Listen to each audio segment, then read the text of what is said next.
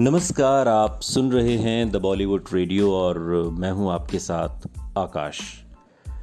किस्सा राजेश खन्ना का है और सुरेखा के जाने के बाद राजेश खन्ना बहुत गमज़दा थे। वो किस्सा हम आपको सुना चुके हैं और अब उसकी अगली कड़ी।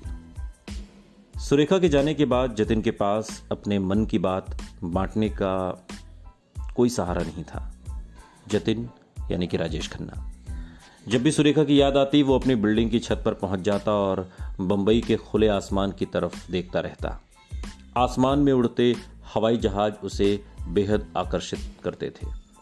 हवाई जहाज की आवाज़ सुनते ही वो उस पर अपनी नज़रें टिका देता और उसे तब तक देखता रहता जब तक वो नज़रों से ओझल नहीं हो जाता।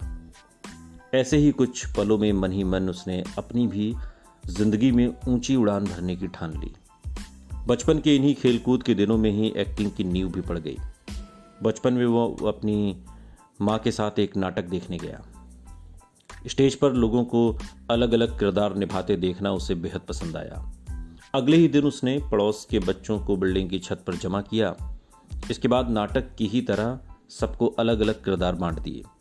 थिएटर के अंदाज में एक दूसरे से डायलॉग बोलने का सिलसिला जब शुरू हुआ तो सबको बहुत मजा आया। बच्चों को जैसे एक नया खेल मिल गया।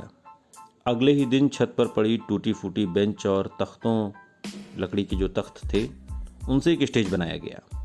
मंच तैयार था। अब कोई भी बच्चा कोई भी रोल निभा सकता था, कुछ भी बन सकता था, कुछ भी। ये जतिन की जिंदगी का पहला मंच था, वो मंच जहां से उसके ख्वाब ऊंची उड़ान भरने के लिए तैयार थे। उन दिनों मेरा मनपसंद रोल एक बंजारे का था। इस रोल के लिए मुझे रंगीन कपड़े पहनकर, चेहरे पर रंग लगाकर लंबे लंबे डायलॉग बोलने पड़ते थे। मुझे सब कुछ बहुत अच्छा लगता था, लेकिन नाटक देखना मुझे सबसे ज़्यादा पसंद आता था। थिएटर जाने का कोई भी मौका मैं छोड़ता नहीं था।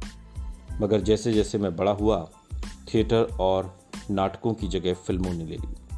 बचपन के इस मंच पर जब जतिन के दोस्त उसके डायलॉग्स पर तालियां बजाते तो उसे एक अजीब सी खुशी मिलती थी।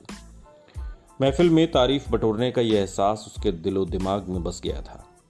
इस मंच पर खड़े होकर वो अपने अंदर अजीब सी ताकत महसूस करता था। नाटक के किरदार निभाते हुए वो सोचता था कि वो अब किसी भी कुर्सी पर बैठने के लायक बन गया है। मंच पर यह किरदार निभाकर वो हमेशा सबका प्यार पा सकता है, ऐसा प्यार जो शायद कायम भी रहे हमेशा। सुनते रहिए द बॉलीवुड रेडियो, सुनता है सारा इंडिया।